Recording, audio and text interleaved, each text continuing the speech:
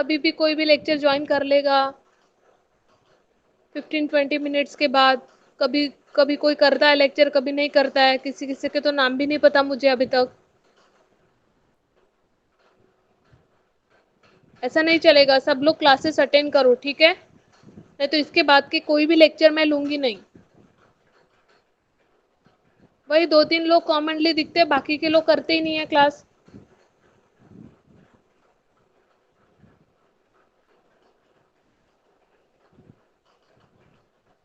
सो कल के लेक्चर में हम लोगों ने देखा था what is, we will start unit 2 assembly language programming. Program क्या होता है? Yes Abhishek, what is mean by programme?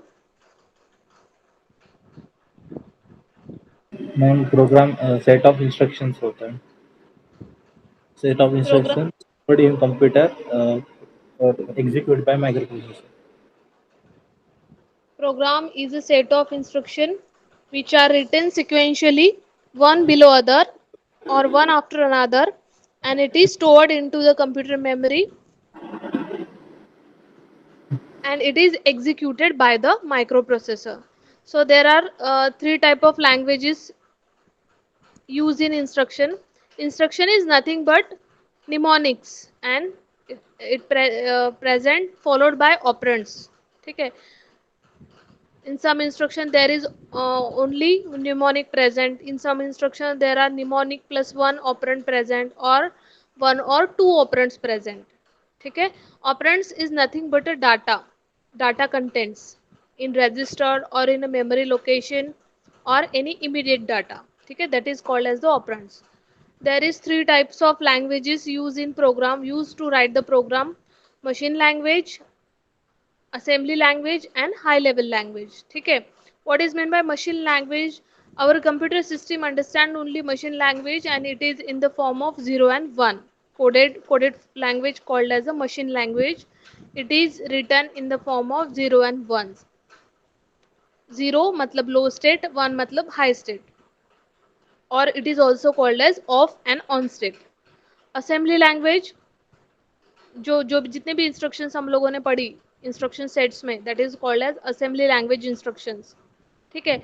It contain short notations, like short notations मतलब short abbreviations, that is called as mnemonic और opcode, which give the idea what operations to be performed by the microprocessor or what kind of operations to be executed by the microprocessor. Okay, and it will who gives the idea about which operations to be performed? The mnemonics will give the idea to the microprocessor, or it will direct through the mnemonic, it will direct to the microprocessor what kind of operations to be performed. Okay, so the mnemonics, we know all opcodes we have already studied, like move, add, sub divisions के लिए div, multiplication के लिए mul, copy करना है कहीं से data तो we will use the mnemonic move. ठीक है? लोड करना है तो एल डी आर, अगर शिफ्ट एंड रोटेट करना है तो likewise S H R, L D R, these are all the mnemonics. ठीक है? जैसे बिट मैनिपुलेशन में लॉजिकल इंस्ट्रक्शन अगर यूज कर रहे हो तो एंडिंग ऑरिंग के लिए A N R, O N R, likewise X O R, these are all the mnemonics. These are all mnemonics or short notations used in assembly language programs. And third language is your high level language. It uses English sentences with proper syntax. In assembly language also we will use the syntax like move, destination, comma, source. This is syntax. Likewise, in the high level language we also use the syntax with its comments is given in the English sentences. So as I already told you and you already know it, machine level language understand by a machine. So we have to convert, because in assembly language programming we will return the program in assembly language. But the computer understand only machine language, so we have to convert assembly language program into machine language program. Okay, which is done with the help of assembler. Okay, this is the introduction. First, machine level language, assembly level, high level. and the device or the software which is used to convert assembly language to machine language is called as assembler. Most probably MASM is used, micro assembler by Microsoft. If you have to convert high level language to machine language, it is done by compiler. I already told you this is the process how to execute the program. First we have to edit the program, then we have to save the program by using filename .asm. Then assembler do its job. It will translate the source code into machine code, which is done by using assembler. Then it will link the file to the linker with other objectable files and other library files. All the files will be linked to linker. Then after linker, if any error present in the program, it will be removed by using debug called as the code view. And at, at last we get the output called as the executable file. This file will be executed by microprocessor, and it will be saved by the name file name .exe. Exe matlab executable. Is it clear, everyone? So I already told you in the yesterday lecture the function of editor, the function of debugger, what kind of assembler we use. There is different types of assembler like MASM mask, micro assembler from Microsoft, TASM turbo assembler from Borland, NASM which works on both Windows and Linux, GNU. All these are the types of assembler manufactured by different companies. Linker, what is its job? I already told you. कल का lecture जिसने किया होगा उनको पता है. Now this is the program format we have to study here. Assembly language programs like addition of two 8-bit number, addition of two 16-bit number, multiplication of two 16-bit number, division. Likewise, this is the assembly language program format कोई भी चीज का एक format होता है. ठीक है. So this is the program format. First we have to initialize the name or the aim of program for addition of two 8-bit number, and here on the right side there is a comments or remarks. कौन सा आप क्या कर रहे हो, that is called as the comments. उसकी comments इधर आएगी. Okay, so we have to assume the code segment and data segment, क्योंकि हम लोग अरिथमेटिक ऑपरेशन परफॉर्म कर रहे हैं, एडिशन कर रहे हैं, मतलब अरिथमेटिक ऑपरेशन परफॉर्म कर रहे हैं, तो उसमें हम लोगों को कोड सेगमेंट की जरूरत होगी और डाटा सेगमेंट की भी जरूरत होगी. तो we will initialize it by using CS and DS. CS stand for code segment, DS stand for data segment. ठीक है. We have to initialize first what data we have to take in to add to 8-bit number, which is include in assembler directive. Okay, assembler directive gives the idea or direct to the microprocessor. ठीक है, और to the central processing unit. कि direct करना मतलब initialise करना कि कौन सा डाटा ले रहे हो.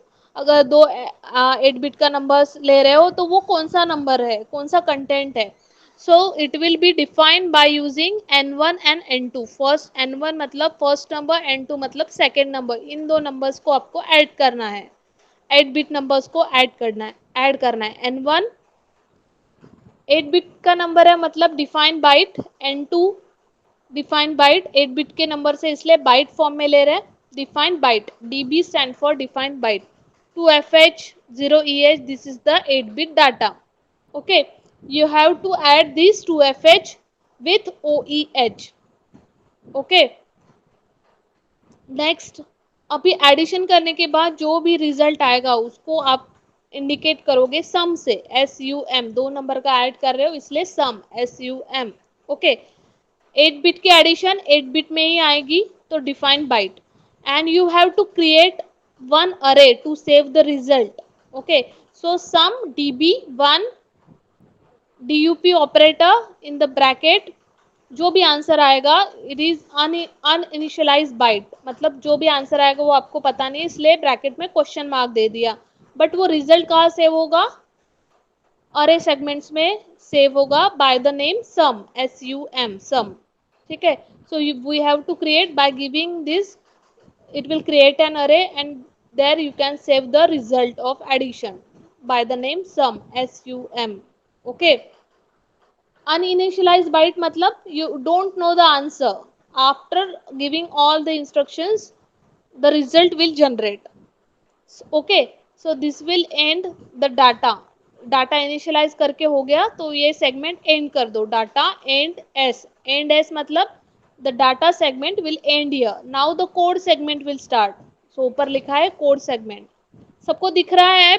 स्लाइड में दिख रहा है? Yes, ma'am. यस. तो कोड सेगमेंट स्टार्ट करेंगे. मतलब कोड सेगमेंट मतलब अपनी actual instructions, that is called as the main program instructions. Okay. So first we have to move the data to any register. तो मैंने क्या बताया था, जब भी whenever we perform arithmetic operations then one data must be present in the accumulator register. Whatever arithmetic and logical operations will be performed in the accumulator. तो एक कोई भी डाटा accumulator register में होना चाहिए.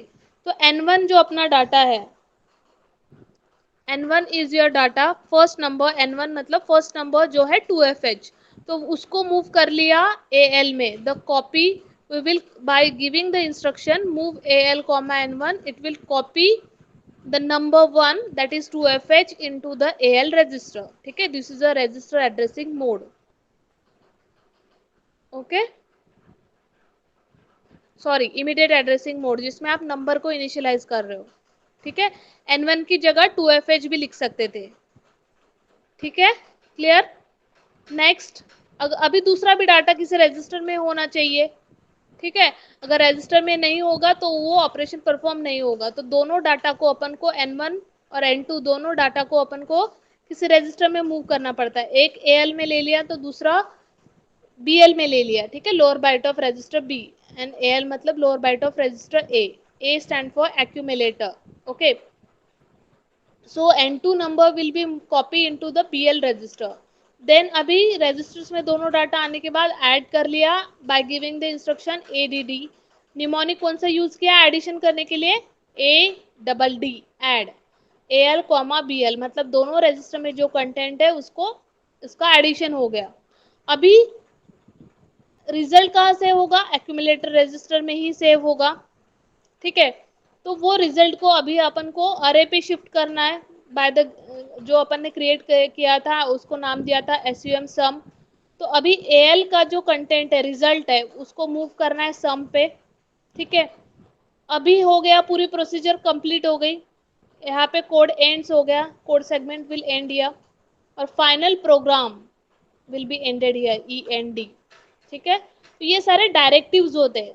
असेंबलर डायरेक्टिव मतलब assembler को आप डायरेक्ट कर रहे हो. What operations to be perform, where to write the data, where we have to move the data. This is called directive, assembler directives. And data directive मतलब डाटा कौन सा ले रहे हो, बाइट में ले रहे हो, वर्ड में ले रहे हो, डबल वर्ड में ले रहे हो, क्वाड वर्ड में ले रहे हो. ये सारे डाटा डायरेक्टिव के सिंबल्स है. अगर बाइट है तो define byte, define word, DB, DW, DD मतलब double word, quad word, 10 bytes. Okay. This is the data storage directive. And assembler directive मतलब असेंबलर को आप डायरेक्ट कर रहे हो, क्योंकि असेंबलर क्या करने वाला है, जो भी आप कोडिंग लिख रहे हो, जो भी इंस्ट्रक्शंस आप लिख रहे हो, उसको ट्रांसलेट करने वाला है टू द मशीन लैंग्वेज. ठीक है. तो पहले असेंबलर को बताना पड़ेगा कि आप कौन सा डाटा किस रजिस्टर में ले रहे हो, कौन सा डाटा ले रहे हो, बाइट फॉर्म में है, वर्ड फॉर्म में है, वो सब बताना पड़ेगा. So there is two type of directive, assembler directive and data directive. Is it clear everyone? So this is the data directive. These symbols used for data types. There is different type of data. 8 bit का data है तो bite, 16 bit का data है तो word. ठीक है. 32 bit का data है तो डबल वर्ड. ओके. 64 बिट का डाटा है तो क्वाड वर्ड. ऐसे different data types we will use. उसके कुछ एग्जांपल्स हैं डाटा डायरेक्टिव एग्जांपल. जैसे number 1 define byte 4. 4 is a decimal number. So initialize variable n1 मतलब number 1 with value 4 in decimal, n2 define bytes AFH, initialize variable n2 with value AF in hexadecimal। वैसे ही जैसे कि सम अरे create किया और उसको नाम दिया sum सम, वैसे ही ये कोई नाम दे दिया file define bytes with this any file name and allocate 6 byte with variable name. 6 byte का अरे क्रिएट कर लिया, उसमें हर एक अरे में वैल्यू असाइन कर लिया, मतलब आपका रिजल्ट असाइन कर लिया 6 बाइट का अरे, उसको नाम दे दिया। ठीक है, समझ में आया? जैसे कि सम, sum कितने बाइट का अरे क्रिएट करना था? एक ही बाइट का, यहाँ पे 6 बाइट का दिखाया है। सम इंडिकेट करना है तो सम नाम दे देंगे उस अरे को और एक बाइट का अरे उसमें रिजल्ट सेव हो जाएगा। Is it clear everyone? वही DUP ऑपरेटर कैसे वर्क करता है, N1 DB 100 DUP in the bracket 0, मतलब create 100 bytes of array, create 100 bytes of array with value 0 in each array। 100 bytes का एक अरे क्रिएट करो और उसमें हर एक 100 अरेज में कौन से वैल्यू असाइन करो? 0 वैल्यू असाइन करो। ठीक है, जैसे कि n2 define word 5 DUP in the bracket question mark. इसका मतलब होता है यू हैव टू क्रिएट 5, जो ब्रैकेट के बाहर जो नंबर होता है उतने आपको अरेज क्रिएट करने होते हैं, और जो ब्रैकेट के अंदर जो वैल्यू होती है that is value assigned to that array।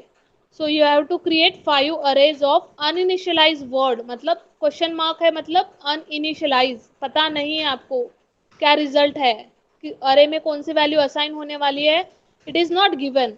सो यहाँ पे इसलिए क्वेश्चन मार्क दिखा है, दैट इज कॉल्ड एज अनइनिशियलाइज। और डिफाइन वर्ड मतलब अनइनिशियलाइज वर्ड, और डीबी होगा तो create 100 bytes of array with value 0 in each array।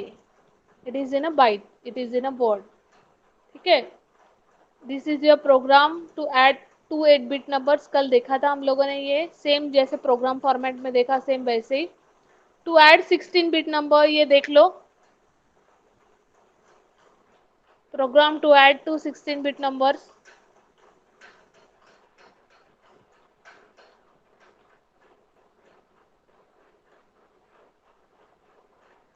you have to initialize the aim, then what segment you are using, code segment, data segment, then data को initialize करना होगा, data को represent करना होगा, तो data segment n1 n2 दो numbers लेने पड़ेंगे in a form of word, define word DW, क्योंकि 16-bit नंबर्स का एडिशन करना है। तो number will be, first number is 002 FH, second number is 000 EH। you have to add these two number, so the result will be represented by the name sum, define word, you have to create array of uninitialized word, then data ends here, data segment will end here, then code segment will start, your actual instruction will start here। move AX comma data, first number, first data you have to move in accumulator register AX। move DS comma AX, मतलब AX में जो data है उसको data segment में move करना पड़ेगा। ठीक है, because we are working on data segments. Next, move number 1 to AX, move N2 to BX। ठीक है, दोनों रजिस्टर में ले लिया दोनों numbers. Then you have to add this to register content AX comma BX। after adding whatever the result generated, you have to move it into the sum array, then code will end here, code segment will end here, मतलब programming instructions end here, and end final program end। same like program to multiply two 16-bit number, all the instructions will same, only the operation will change। मतलब जैसे यहाँ पे add था mnemonic, यहाँ multiplication आ जाएगा। ठीक है, मल्टीप्लीकेशन जब भी हम लोग निमोनिक यूज करते हैं तो एक ही ऑपरेंड होता है, मल डेस्टिनेशन। ठीक है, जब मैंने पढ़ाया था ये इंस्ट्रक्शन सेट पढ़ाया था, अरिथमेटिक इंस्ट्रक्शन सेट, तब मैंने सिंटैक्स बताए थे सबके।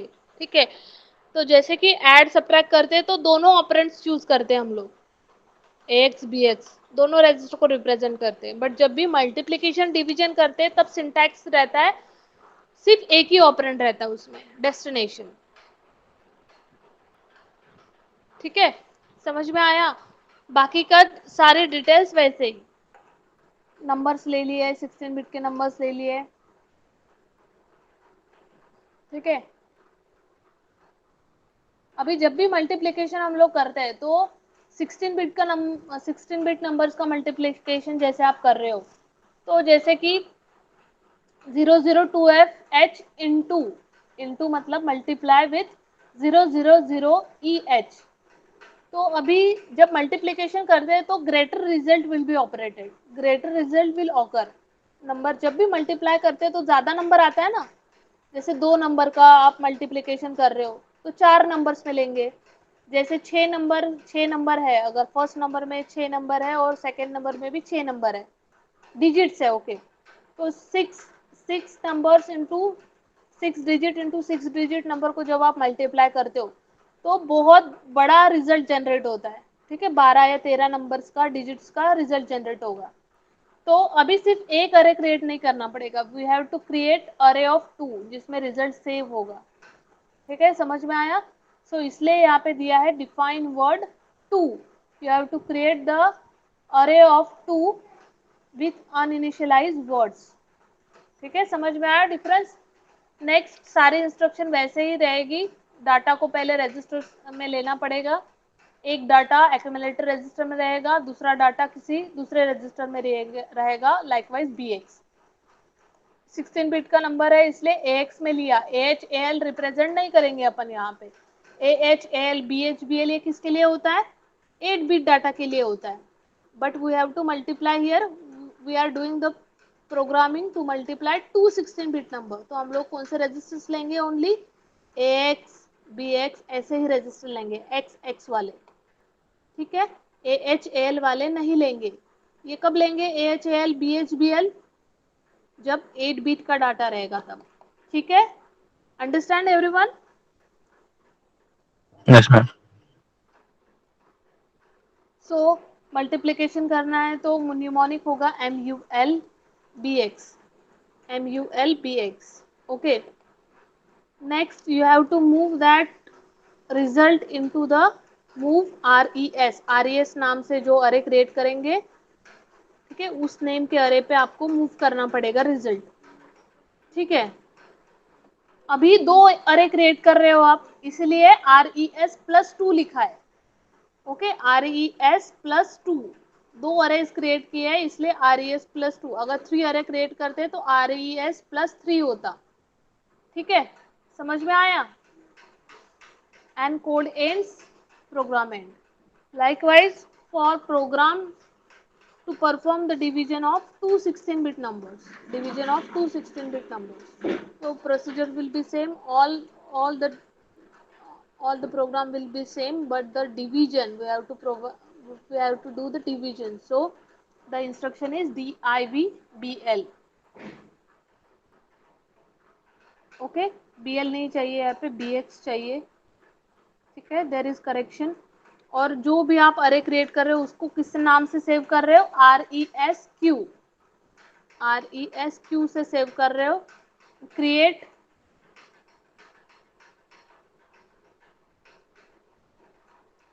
ओके, डिवीजन में आप एक 16 बिट का नंबर है, पहला 16 बिट का नंबर है और दूसरा 8 बिट का नंबर है। ठीक है, बड़े नंबर को छोटे नंबर से डिवाइड कर रहे हो, जैसे कि 162 डिवाइडेड बाय 80, ऐसा। ये मैं डेसिमल नंबर्स का एग्जांपल्स ले रही हूँ। यहाँ पे फर्स्ट नंबर लिया है OF2FH hexadecimal data, 16 bit data, और सेकंड नंबर जो लिया है वो लिया है 0EH, वो 8 बिट का डाटा, इसलिए define byte. Okay, define word define byte, समझ में आ गया डिफरेंस? और जो रिजल्ट सेव कर रहे हो वो RESQ से सेव कर रहे हो by creating 2 array with uninitialized bytes. Okay, the program's instruction will same, you have to move the content to registers। Second number 8 bit का है इसलिए BL रजिस्टर यूज किया है। ठीक है, mention here everyone, then you have to perform the division, therefore the instruction is div. div मतलब division bl, bl register के साथ bl में जो कंटेंट है उसको आप डिवाइड कर रहे हो with the data present in ax register. ठीक है, अभी al और ah मतलब ax रजिस्टर में जो रिजल्ट सेव होगा उसकी लोअर बाइट्स और हायर बाइट्स आप अरे पे ट्रांसफर करोगे bye the name res q plus one, मतलब ये इंक्रीमेंट होगा। अरे हमेशा एक एक से इंक्रीमेंट होते रहता है। ठीक है, अरे will incremented and डिक्रीमेंटेड by one. So first अगर अरे में आपने सेव कर लिया तो सेकेंड जो भी उसका रिजल्ट है हायर बाइट वो प्लस वन में सेव होगा। ठीक है, by the same name, but array will be incremented by 1. So here it will end the code and final program will end. Okay, is it clear everyone? Yes, ma'am. I hope so. कल के addition subtraction और आज का multiplication division programming सबको समझ में आ गई है। ठीक है, Yes, ma'am. Is it clear everyone? किसी को